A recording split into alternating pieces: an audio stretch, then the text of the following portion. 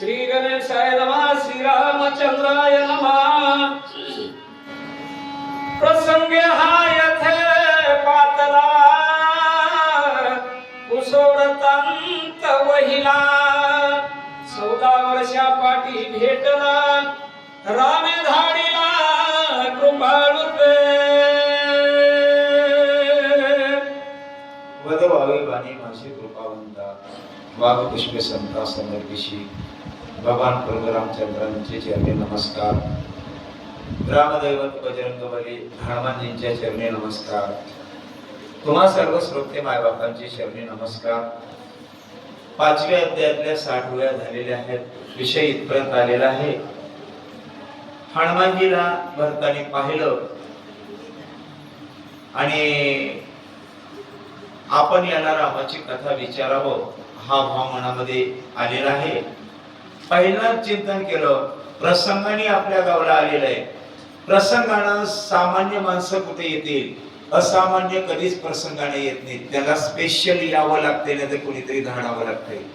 अवतार तुम्हा धरावं लागते. उगा येणार सहजासहजी ऍक्सिडेंटली. रामे धाडीला कृपाळुत्वे, रामाने याला कृपा करून धाडलेला आहे. कारण रामाच्या अंगात काही गुण आहेत. कोणते कोणते आहे का पुढचे? श्रीराम दीन दयाळ राम भावार्थ पुकाळ राम सप्रेम स्नेहाळ प्रणत पाळ श्रीराम.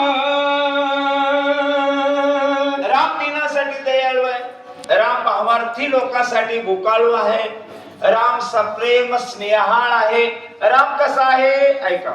राम जीवाचे जीवन राम जीवाचे अंजन जीवी जीवा समाधान राम चिंतन ओळला. राम जीवाचं अंजन आहे. जीवाला समाधान जर पाहिजे असेल तर रामाशिवाय नाही बरं का. तेने विना जीवा सुख नोहे सुख नव्हे. मी करू महाराज म्हणून बोलून जाऊ का तुम्हाला. प्रमाण योग्य पाठ असेल तरच वापरायचं, येत नसेल तर उलट कथा सांगायची. पण तुकाराम महाराजांच्या काव्याला कधीच मोडतोड करायची नाहीतर अर्ध ह्याच्यातलं अर्ध त्याच्यातलं नका ना वापरू. सरळ सरळ येत असलं तर वापरा, नाही येत असलं तर सरळ पुढं सरळ सरळ सरळ. तोडमोड न केलेली बरी. राम जीवाचं जीवन आहे. राम जीवाचं अंजन आहे. जीवाला समाधान रामाशिवाय नाही. त्या रामाला माझ्या मनाची व्यथा न सांगता तुम्हा कळू येत असे अंतर. कळून आली कोणती व्यथा. राम कथेवी नयथ बहुत दिवस होतो पीडित रामे कृपा करोनी त्वरित कपी पर्वत पाठविला.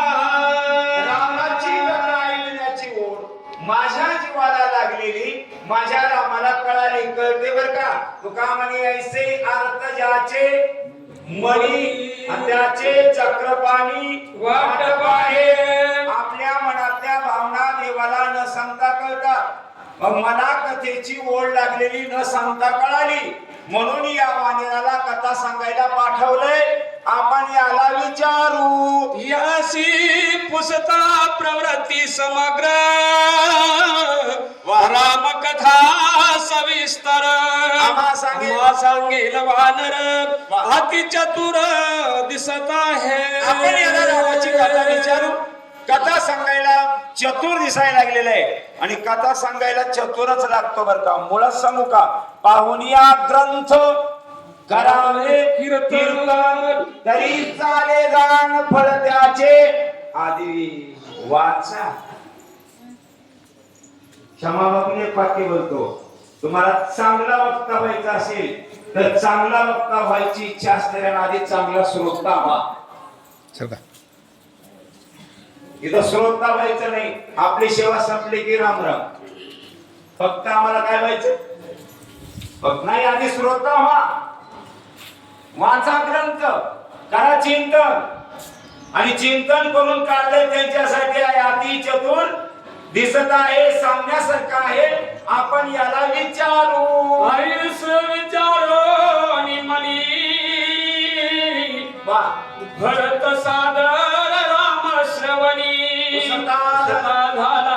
लक्षणी प्रेमे करोरी कपिसी असा मनामध्ये विचार केला आणि कथा ऐकण्यासाठी सादर बसले. सादर स्वतः शब्द वापरलाय.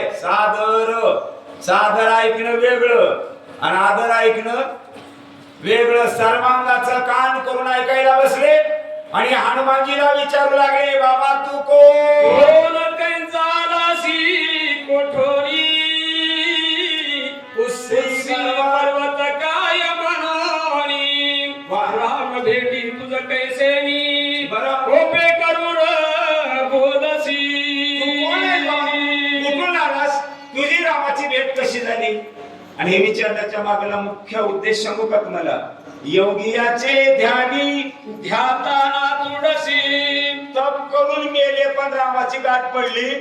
मग तू बाणेर असून तुला रामाची गाठ कशी पडली? राम कैचा कोटील कोण तुझ कोपाया काय कारण कोठे पडिला लक्ष्मणा वानर गण ते कैचे. राम कैचा कुठला राम? कुण्या रामाचं बोलायला लागलास? त्या काळामध्ये हयातीत असलेले दोन राम आहेत बरं का. ते त्या काळातलं सांगतो. हे आला राम आणि हे कुठून आलेत मला माहिती नाही, पण त्या काळात हयात असलेले दोन राम आहेत. एक भार्गव परशुराम आणि एक दाशरथी श्रीराम. मग तू कोणत्या रामाचा बोलायस? आणि जर लक्ष्मण म्हणतोस तेव्हा माझ्याच रामाचा बोलू लागलास. मग माझ्या रामाची आणि तुझी एवढी जवळीक कशी झाली? कैंचा विभीषण शरणांगता रावणेसी कोटे झुंज होत लक्ष्मण केवी झाला मूर्छित कोण हे तू युद्धासी. शरणागत देणारा विभीषण कोण? रामाचं पुन्हा संकट भांडण लागण्याचं काय कारण? एक सरळ बाजू सांगू का? राम नशिबाला आलेला वनवास भोगायला गेलेत. कुणाचा धुरा फोडायला गेलेत का? नाही ना. मग रामाचं पुन्हा संकट भांडण लागण्याचं काय कारण? बोल्यार्था तू गेलासी पर्वत कशाला घेतोसी वेळोवेळा राम स्मरसी रामी तुम्हासी सख्य कैचे. जाण्याचं काय कारण? एवढा दांडगा पर्वत इकडला नेण्याचं काय कारण? इकडे सह्याद्री सारखा मोठा आहे की इकडला न्यावं की? मग इकडलाच नेण्याचं काय कारण? आणि शेवटला विचारलाय तो प्रश्न नाही बरं का, मनातल्या भावना आहेत. वेळोवेळा राम स्मरशी. एवढं राम नामाचं महत्व तुला कसं कळाले? प्रश्न नाही बरं का, फक्त एक मनातले भाव आहेत. वेळोवेळा राम स्मरशी रामे तुम्हाशी सख्य कैसे. रामा संगत राम नामा संगत एवढा जीव तुमचा कसा जळला? समूळ माझा संग हो वासे दावा महाबाहो खरे उदास होसी पहाहो कथांवयो सांगता. माझ्या मनामध्ये निर्माण झालेला संदेह आहे आणि संदेहाचं समाधान केल्याशिवाय चित्ताला समाधान वाटत नाही. म्हणून माझी विनंती आहे, संदेहाचं समाधान करा. संदेहाच्या सुटल्या गाठी तरच मग झालो पोटी शीतल.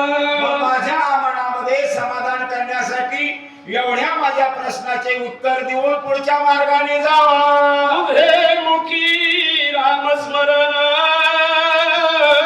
मनोहरी तुझा शरण पुरती घाली तो लोटांगण राम कथन मज सांग.